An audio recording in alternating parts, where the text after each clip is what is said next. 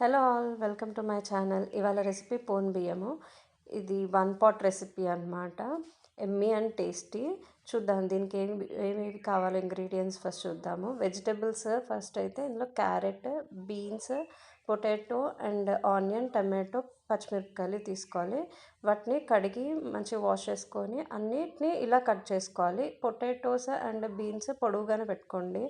Onions కూడా పొడవుగానే పెట్టుకోండి. అన్నీ కట్ చేసుకొని పక్కకు పెట్టుకోండి. దాని తర్వాత దీనికి లావు రైస్ అయితేనే బాగుంటుంది. కొంచెం లావుగా ఉంటేనే టేస్ట్ బాగుంటుంది అనమాట.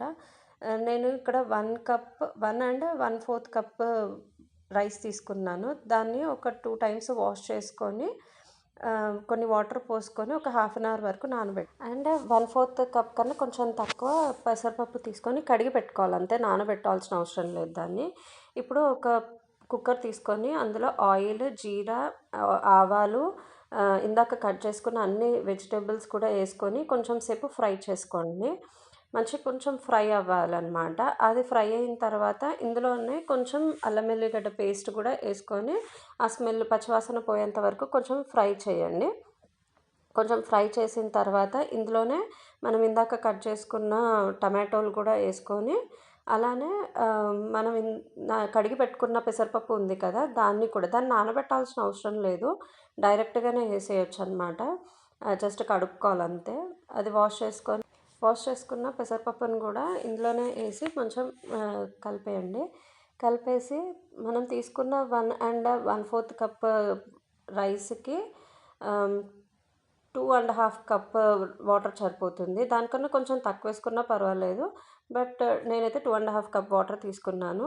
అది కొంచెం బాయిలింగ్కి వచ్చినప్పుడు నానబెట్టుకున్న రైస్ని అండ్ సాల్ట్ని కూడా ఇక్కడే వేసేసుకోండి. కొంచెం చెక్ చేసుకోండి సాల్ట్ సరిపోద్దా లేదా, ఆ వాటర్ టేస్ట్ చేయండి. మీకు కొంచెం ఉప్పగా అనిపిస్తే సరిపోయినట్టే.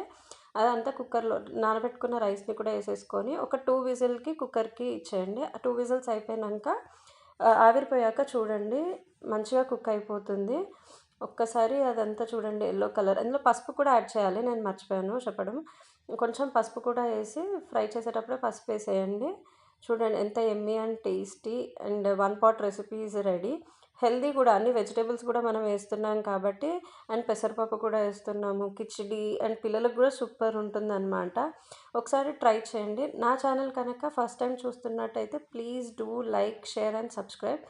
అండ్ దీనికి కొంచెం నెయ్యి అండ్ లేదా ఆవకాయ వేసుకొని తినండి, సూపర్ ఉంటుందన్నమాట.